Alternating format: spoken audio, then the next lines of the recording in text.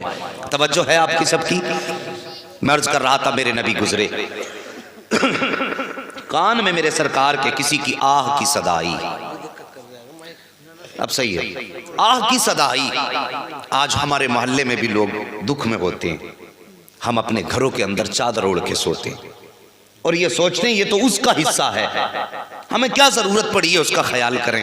صاحب یہ نہ سوچا کرو، اگر کسی کو دکھ میں دیکھو نبی کا امتی سمجھ کے چلے جایا کرو۔ آج تم اس کے امتی کے دکھ میں کام آؤ گے، کل نبی تمہارے دکھ میں کام آ جائیں گے۔ یہ سوچ کے امتی کے خیال کے لیے جایا کرو۔ میرے نبی کے کان میں ایک آہ کی صدا آئی، میرے نبی کے نبوت والے قدم وہیں ٹھہر گئے۔ قاری عرفان صاحب توجہ فرمائیں اور ارباب منبر سبھی سے دعاؤں کا طالب ہوں۔ میرے نبی کے قدم ٹھہر گئے، سرکار نے غور فرمایا آواز کدھر سے آ رہی ہے۔ سرکار کچھ قدم آگے بڑھے، موڑ موڑا، ایک دروازہ نظر آیا۔ آقا کریم جب اس کے قریب ہوئے نا تو اس کم دروازے کے اندر سے کسی کی آہ کی صدا رہی تھی، کسی کی آہ کی صدا رہی تھی۔ میرے نبی قریب گئے، دروازے پہ دستک دی، آواز آئی کون؟ کہا دروازہ کھول۔ جیسی اتنا میرے نبی نے کہا، اندر سے آواز آئی آنے والے دروازہ کھلا ہے اندر آ جا۔ میرے نبی نے نبوت والے ہاتھوں سے یوں دروازہ کھولا، جیسی دروازہ کھلا کیا دیکھتے ہیں؟ ایک غلام ہے، ناک موٹی ہے، دانت بڑے بڑے ہیں، ہونٹ بھی موٹے ہیں، رنگت کالی ہے، آنکھ میں آنسو ہے، ہاتھ میں چکی کا گھمانے والا وہ سسٹم پکڑے ہوئے ہیں اور آنکھ سے آنسو بہ رہے ہیں، زبان سے صدائیں نکل رہی ہیں۔ میرے نبی قریب گئے، جا کے پاس بیٹھے، فرماتے ہیں تیرے رونے کی وجہ کیا ہے؟ اس نے کہا تھا اے مہربان بتا تو سہی، آج تک مکے میں کسی نے کسی کا حال نہیں پوچھا ہے، مگر اتنا بتا تو کون ہے، کہاں کا رہنے والا ہے؟ مکے میں کسی کو کسی کی فکر نہیں رہتی ہے، لیکن تجھے میری فکر ہوئی، بتا تیرا نام کیا ہے؟ میرے نبی فرماتے ہیں نام نہ پوچھ، بتا تجھے کیا پریشانی ہے؟ اس نے کہا تھا آنے والے میرے سر میں درد ہے، میں امیہ کا غلام ہوں، اس نے مجھے یہ ناج پیسنے کے لیے دیا ہے، بخار کی شدت ہے، تکلیف اتنی ہے کہ چکی چلاتا ہوں تو درد بڑھ جاتا ہے، اور اگر نہیں پیستا ہوں تو مجھے یہ خیال آتا ہے کہ اگر آٹا تیار نہ ہوا میرا مالک مجھے مارے گا۔ اتنا سننا تھا، نبوت والے ہوٹوں پہ تبسم آ جاتا ہے۔ میرے نبی مسکرائے، اللہ اکبر، پھر کیا تھا؟ یوں مسکرائے جان سی کلیوں میں پڑ گئی، یوں لب کشا ہوئے کہ گلستان بنا دیا۔ میرے سرکار مسکرائے ہیں اور مسکرانے کے بعد اپنی میرے نبی نے مزمل والی چادر یوں کاندھے سے اتاری، اتارنے کے بعد آپ نے آگے بڑھائی اور بڑھانے کے بعد کہا تھا پہلے اپنا نام بتا، تیرا نام کیا ہے؟ حضرت عزیزان ملت اسلامیہ جیسی میرے نبی نے کہا تیرا نام کیا ہے؟ اللہ اکبر، رونے والے نے کہا تھا مہربان مجھے بلال کہا جاتا ہے، میرا نام بلال ہے۔ میرے نبی نے مزمل والی چادر عطا کی، فرمایا بلال لو اس چادر کو اپنے سر کے نیچے لگا لو، آرام فرما لو۔ اس نے کہا تھا مہربان اگر میں آرام کروں گا تو میرا آٹا کون پیسے گا؟ جیسے اتنی بات کہی ہے میرے نبی آگے بڑھے ہیں، کہتے ہیں بلال آرام تو کر لے، تیری چکی آج میں چلانے آ گیا ہوں۔ اللہ اکبر، اتنا کہنا تھا، حضرت بلال پیچھے ہٹ جاتے ہیں۔ میرے سرکار نے یوں ہاتھ چکی کی طرف بڑھایا ہے، جیسے ہاتھ چکی کی طرف گیا ہے اتنے میں جبریل امین آ جاتے ہیں، کہتے آقا غلام حاضر ہے، آپ کو چکی چلانے کی ضرورت نہیں ہے، حکم دیجئے آج جبریل چکی چلائے گا۔ میرے نبی نے فرمایا تھا بلال پیچھے ہٹ جا، آج جبریل پیچھے ہٹ جاؤ، آج تمہیں چکی نہیں چلانی ہے بلکہ آج محمد کو خود چکی چلانی ہے۔ کہا کس لیے؟ میرے نبی نے فرمایا تھا جبریل آج صرف چکی کے پاٹ نہیں گھمانے ہیں بلکہ کسی کا دل بھی محمد کی طرف گھمانا ہے۔ اتنا کہا تھا، میرے نبی نے چکی چلائی ہے، آٹا تیار ہو گیا، فرماتے بلال آرام کرو۔ آقا کریم جاتے جاتے ارشاد فرما رہے ہیں اے بلال پریشان نہ ہونا، میں کل پھر آؤں گا اور آنے کے بعد کل آ کر کے تیرا آٹا تیار کر دوں گا۔ دوسرا دن آیا ہے، پھر میرے نبی آئے ہیں۔ اللہ اکبر، صاحب کسی کے کام آ جایا کرو، کسی کی بگڑے وقت میں اس کا ہاتھ تھام لیا کرو، تمہیں تو پتہ ہی نہیں ہے کہ جنت کیسے ملا کرتی ہے۔ میرے نبی نے فرمایا ہے جب کوئی کسی کے مصیبت میں کام آتا ہے تو یہاں مصیبت زدہ مسکراتا ہے اور در گنبد خضرا میں مدینے والا مصطفیٰ مسکراتے ہیں۔ نعرہ تکبیر، نعرہ رسالت، علماء اہل سنت، مسلک اعلی حضرت مفتی حماد میاں صاحب قبلہ، سرزمین قاضی پورہ، جلسہ ایصال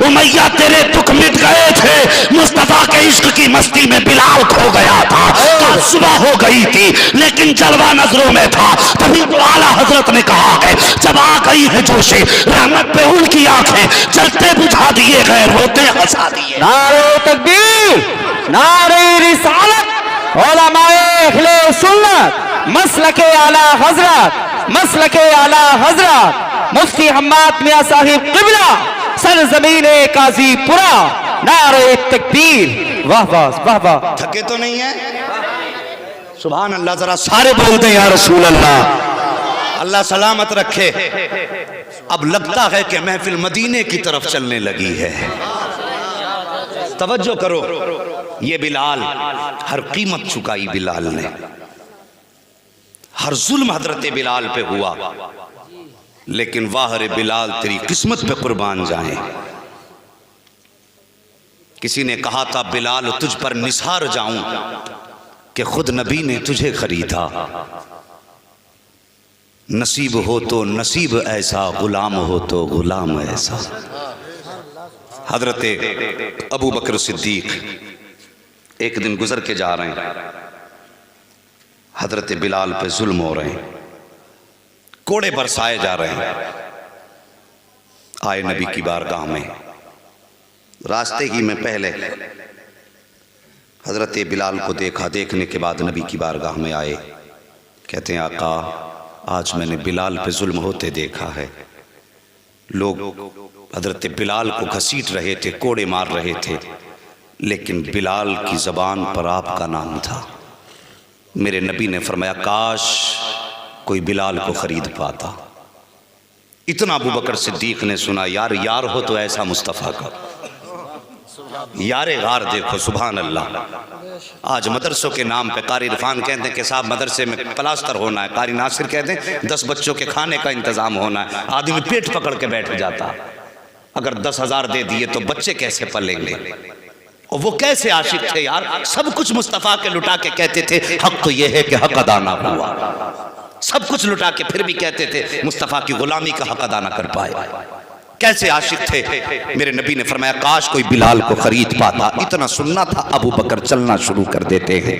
آقا فرماتے ہیں ابو بکر کدھر جا رہے ہو؟ کہا سرکار بلال کو خریدنے جا رہا ہوں۔ اتنی بات کہی نا بلال کو خریدنے جا رہا ہوں، نبوت کی آنکھیں برسنے لگ گئی۔ کہتے ہیں پھر ایسا کر ابو بکر میرا بھی حصہ اس میں شامل کر لینا، میرا بھی حصہ بلال کی خریداری میں شامل کر لینا۔ شاگرد ساری زندگی ہم نبی نبی کہتے رہے تو کیا ہوتا ہے؟ مزہ تو تب ہے ساری زندگی ہم یہ کہیں نبی ہمارے ہیں، کچھ نہیں ہوتا۔ مزہ تب ہے جب وہ ایک بار یہ کہہ دیں گے سب میرے ہیں، تب بات بنتی ہے۔ جب وہ کہہ دیں یہ میرے ہیں تب بات بنتی ہے، ہمارے کہنے سے کیا ہوتا ہے؟ نصیب حضرت بلال کا۔ حضرت ابو بکر صدیق کہتے ہیں آقا حصے کی بات کرتے ہیں، ابو بکر کا مال بھی آپ کا ہے، ابو بکر کی جان بھی آپ کی ہے۔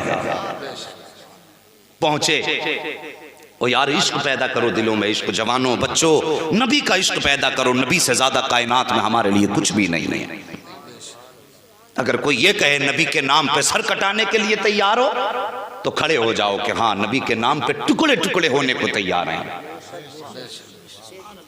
نبی کے ایک عاشق کو جب ایک ملک میں پکڑا گیا اور یہودیوں نے پکڑنے کے بعد کہا تھا مصطفیٰ کا عشق چھوڑ دے، ان کا نام لینا چھوڑ دے، تجھے یہاں کی ہم گورنری بھی دیں گے، دولت بھی دیں گے۔ اس نے کہا تھا پوری دنیا لا کے قدموں پہ ڈال دو، میں اپنے نبی کو نہیں چھوڑ سکتا ہوں۔ کہا پھر مرنے کے لیے تیار ہو جا۔ کہا تیار ہوں۔ تو ان کے حاکم نے، بادشاہ نے حکم دیا تھا کہ اس نبی کے چاہنے والے کو پیروں کی طرف سے کاٹنا تاکہ تڑپ تڑپ کے مرے۔ لٹایا گیا، پیروں کی طرف سے چھوٹا چھوٹا کاٹا گیا، لیکن ہر زخم پہ مسکراتے تھے۔ جب ٹکڑے ہوتے تھے نا پیروں کے تو مسکراتے تھے۔ انہوں نے کہا تھا تعجب ہے تجھے کون سی گھٹی نبی نے پلائی ہے تیرے کہ ایک سوئی چبھ جائے تو چیخ نکل جاتی ہے، تیرے ٹکڑے ہو رہے ہیں تو مسکرا رہا ہے۔ اس نے کہا تھا میں مسکرا اس بات پہ رہا ہوں میرے رب کا شکر ہے کہ مجھے پیروں کی طرف سے کاٹا جا رہا ہے، تو پیروں کی طرف سے کٹتے کٹتے گلے تک تو بہت دیر میں آؤ گے، کم سے کم اتنی دیر تک محبوب کے نام لینے کا تو موقع مل گیا۔ یہ عشق تھے ان کے یار، ایسے عاشق تھے۔ کہا کم سے کم اتنا تو ہوا کہ مجھے زیادہ دیر تک نام لینے کا موقع ملا. حضرت بلال اٹھے ہیں, حضرت ابوبکر صدیق اٹھے ہیں, وہاں پہنچے جہاں پہ امیہ حضرت بلال کو مکے کے جوانوں سے پٹوا رہا تھا. جانے کے بعد کہتے ہیں امیہ کہا کیا؟ کہا اس غلام کو بیچو گے؟ اس نے کہا اسے کون خریدے گا, یہ کالا ہے, حبشی ہے, اس کے ناک نقش نگار سب بیکار ہیں, اسے کون خریدے گا؟ حضرت ابوبکر نے اتنا سنا, فرماتے ہیں اسے ابوبکر خریدے گا. وہ ہنسا اور ہنس کے کہا کیا قیمت دو گے؟ کہا مانگ کیا مانگنا چاہتا ہے؟ اس نے کہا 100 درہم. جیسی آپ نے سنا 100 درہم, فرمایا منظور ہے. پھر اس کے بعد وہ نے سوچا رہے یہ تو 100 میں خریدنے تیار ہے. امیہ نے زبان بدل دی, کہا نہیں 100 میں نہیں بیچوں گا. کہا پھر کتنے؟ کہا 200. آپ نے فرماتے منظور ہے. اس نے 200 کا سودا کینسل کیا, بات 500 درہم پہ آ گئی. حضرت ابوبکر صدیق کہتے یہ بھی منظور ہے. پھر 500 بھی ختم کیے, 1000 پہ سودا آ گیا. کہتا نہیں جی میں 1000 میں بیچوں گا. ابوبکر کہتے یہ بھی منظور ہے. جب اتنی بات کہی وہ کہتا نہیں میں اس کو ایسے نہیں کہا. پھر کہا مجھے اتنے اوقیہ سونا چاہیے. کہا وہ بھی منظور ہے. کہنے لگا بھی منظور. کہا ہاں. کہا ایسے نہیں بیچوں گا. کہا کیسے؟ کہا آپ کا جو یہ خوبصورت غلام ہے بدلے میں یہ بھی دینا پڑے گا. ابوبکر صدیق کہتے ہیں یہ بھی منظور ہے. اللہ اکبر, کالے کے بدلے میں گورا غلام دیا ہے, سونا بھی دے رہے ہیں, اور 1000 درہم حضرت ابوبکر صدیق دے رہے ہیں. جب بلال کا ہاتھ پکڑ کے ابوبکر چلے گئے تب امیہ نے آواز دے کے کہا تھا ابوبکر میں سمجھتا تھا کہ مکے میں کوئی تم سے سمجھدار تاجر نہیں ہے, میں سمجھتا تھا ہوشیار تاجر ہو, لیکن آج پتا چل گیا ہے کہ تم سے زیادہ بے وقوف کوئی تاجر نہیں ہے.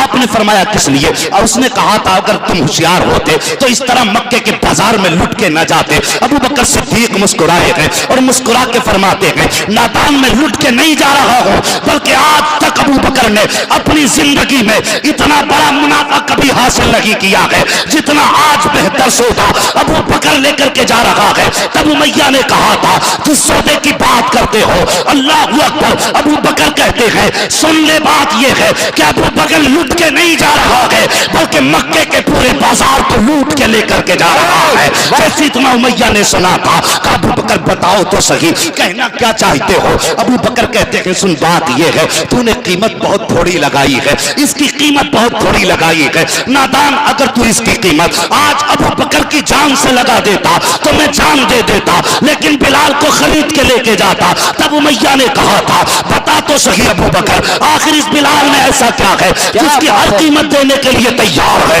تب ابوبکر صدیق نے کہا تھا ارے تو کیا جانے اس کی شان کیا ہے؟ ابوبکر کہتے ہیں اس میں کچھ نہ سکی, بس اتنا سمجھ لے اس کو میرا نبی پیار کرتا ہے, اور جس سے مصطفیٰ پیار کرتے ہیں اس سے ابوبکر پیار کرتا. نعرہ تکبیر, نعرہ رسالت, علماء اہل سنت, مسلک اعلی حضرت. آگ بجھا دے گی وہ آگ لگائی ہے.